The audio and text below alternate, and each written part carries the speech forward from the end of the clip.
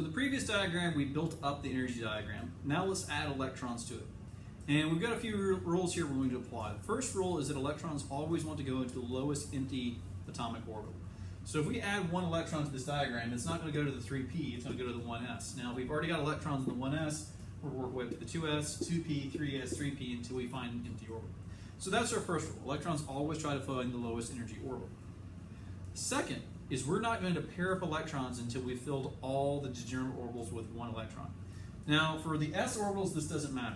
But if we look at something like a p orbital or 2p, as we add electrons, we're not going to add 2 to this one, 2 to this one, 2 to this one. We're going to go 1, 1, 1, and then start pairing them up. Third rule, okay? We're going to start with a spin-up electron always. So the first electron we add to any of these atomic orbitals is going to be an up arrow representing an ms equals 1/2. It's only when we filled up all the orbitals at the same energy level, so we filled up all the 2p's or all the 3d's, that's when we're going to pair the electrons. And that pairing electron is going to correspond to a spin of -1/2. Now the last rule, each orbital can have 2 electrons only. We can't put any more than 2 electrons in there. So let's say we have an atom with 9 electrons. We need to start adding them in.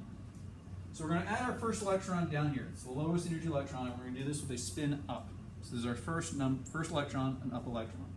So we have 1, 2, 3, 4. So at this point we have 4 electrons added to our diagram.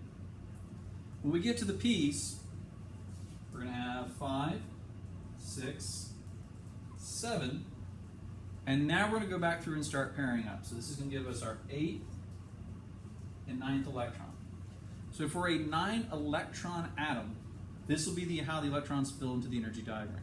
And this will be true for every atom we deal with. Let's say we don't have 9, we have 27 electrons. So far we already got 9, 10, 11, 12, 13, 14, 15, 16, 17, 18, 19, 20. Now the 4s here is in red to remind you the 4s actually comes beneath the 4d. We're up to 20 electrons now.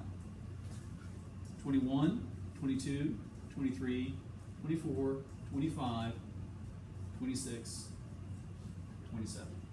And that's it for filling electron diagrams.